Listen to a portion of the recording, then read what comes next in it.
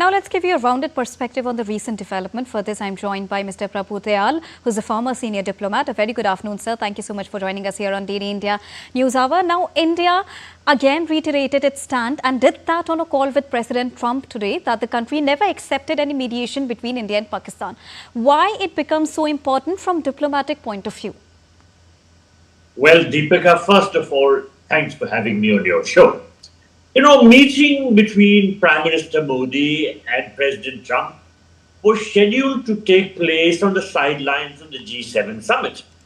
However, President Trump had to return to the US early, due to which this meeting could not take place. Now, at the request of President Trump, the two leaders had a telephonic conversation. And to me, the most important part of this conversation was that our Prime Minister made it very clear to President Trump that India had taken direct action in regard to the entire Operation Sindoor, and that Mr. Trump's claim that talks on halting military action were taken because of his intervention, this was negated by our Prime Minister. Our Prime Minister told Mr. Trump that these talks on halting military action were held directly between India and Pakistan through the existing channels of both the armies and at the request of Pakistan.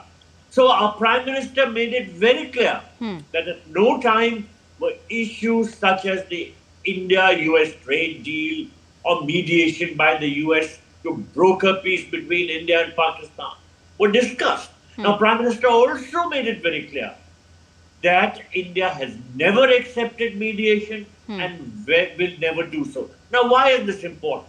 You know, the whole background made this necessary. President Trump had been repeatedly claiming that it was his intervention which had brought about the ceasefire between India and Pakistan. He said that he had offered trade deals to both countries, and that is why the ceasefire became possible. Now, India has consistently maintained that there was no role of President Trump and that India had agreed to the ceasefire because Pakistan made the request directly through the DGMO of their country. Now, President Trump will have to take stock of India's position.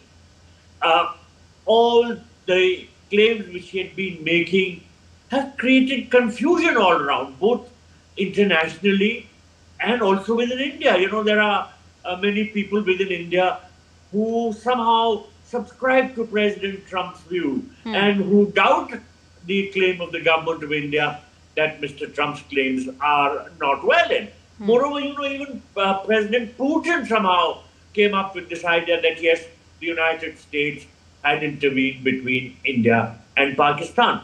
So it was very necessary for our Prime Minister to set the record straight, and he did so in a very unambiguous manner. He also made it clear that Operation Sindoor is still ongoing, and that where Pakistan is concerned, it'll be bullet for bullet. In other words, we will not be soft in regard to terrorism, and we will take whatever tough actions are required. Also, Ambassador Dayal, as you just said, that India reiterated that Operation Sindoor is not over yet and that any act of terror will be retaliated with firmness. Especially now this comes when Asim Munir is scheduled to visit the US, and more importantly, President Trump also supported India's stand against terrorism. Now, what tone it sets ahead of the upcoming event? Upcoming which event? When Asim Munir is there in the US and scheduled to attend the important event, and on the other hand, US President is standing firm in tandem with India's stand and saying that yes, they stand with India against their fight in fighting terrorism altogether. You know, President Trump's meeting with Asim Munir smacks of some sort of opportunism. Now, let me record that in January 2018, President Trump had tweeted that America had given Pakistan billions of $33 billion in assistance, and in return, Pakistan had only given lies and deceit. That is his actual assessment of Pakistan. Now, of course, due to the regional situation, particularly around Iran, he needs to somehow take along the other countries of the region. And I think that's the reason why he has permitted a rogue like General Asim Munir to go to the United States and is having a meeting with him. Moreover, there are some sort of business deals which we keep hearing about between the Trump family and Pakistan in the context of cryptocurrency, Bitcoin and all that. So there is something quite shady about this whole thing. But I'm sure that President Trump is fully aware of how mischievous a country Pakistan is, how it has all along promoted terrorism, how it had given shelter to Osama bin Laden, who had been living for 5 years just a mile away from the military academy of Pakistan in Abbottabad. He's fully aware of Pakistan's true colors, but he somehow wants to use General Asim Munir for his own purposes, whether these are the US political interests or these are the personal interests of the Trump family, one can't be sure.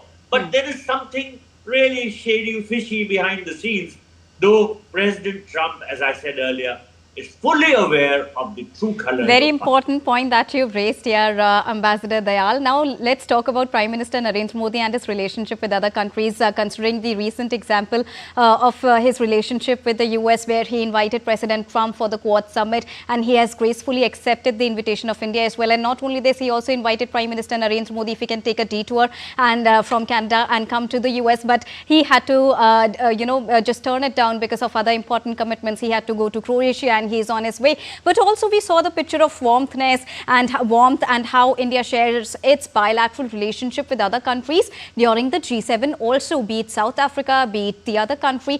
Everybody, all the world leaders were there at the same platform, at the same page, and shared a very nice camaraderie with India. This is also a moment to recall the time when former US President Joe Biden stood up from his chair and he went to hug Prime Minister Narendra Modi. That is also one of the moment when we are always reminded of when we talk about India's healthy relationship with other countries. How do you see this, and especially what happened in the G7 after Prime Minister Narendra Modi's address at the G7, talking about India's global prowess, India's economic prowess, India's growth in different tangents? How do you see this as India setting a global context, especially when we talk about India flourishing as a nation economically and diplomatically as well? Well, you've touched upon various issues, so I'll try and give my reply one after the other, addressing the issues. Firstly, regarding the invitation to President Trump for coming to Quad. Both President Trump and Prime Minister Modi attach a lot of importance to Quad. Firstly, because it's important in the context of the supply lines. The supply chains are very important to maintain. And of course, there is this concern about Chinese expansionism, both territorial expansionism and economic expansionism. So there is a certain underlying purpose to Quad, and our Prime Minister and President Trump both see the importance of this organization. So if the meeting is taking place here in India, it is expected that all the Quad leaders would attend the summit. Now we come to this question of what you spoke about, Prime Minister's very good meetings with various leaders. The Prime Minister is held in very high esteem. He has created personal rapport with various world leaders, and that, in fact, has a very positive impact on our relations with all those countries. It is not a small matter that our Prime Minister has been conferred with over 23 highest level awards by different countries. So this shows the sort of standing in which he is held, the high regard in which other world leaders hold him. And I can see that from the pictures which you are showing on your screen.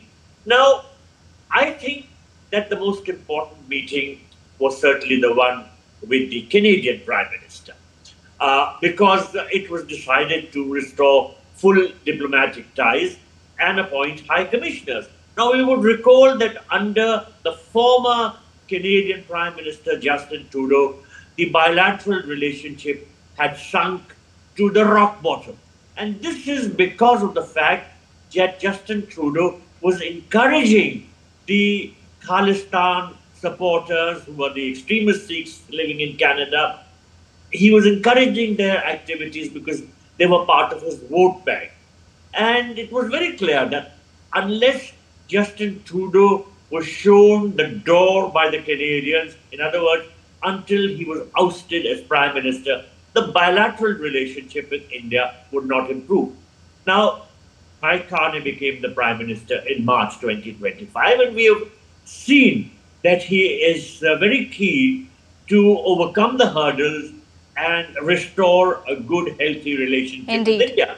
In fact, from the very beginning, he has said that he attached a lot of importance to ties with India. And we see all that happening. I see that in the sort of pictures which you are now again showing on your screen. So the point is, Prime Minister's relations with all countries are very good. He has tried to make sure that we have extremely positive relations. The only problem was Canada, but now hopefully that also will be set on the right track. All right. Thank you so much, sir, for joining us and bringing us a rounded perspective on the various important developments that India is witnessing from the global perspective. Thank you.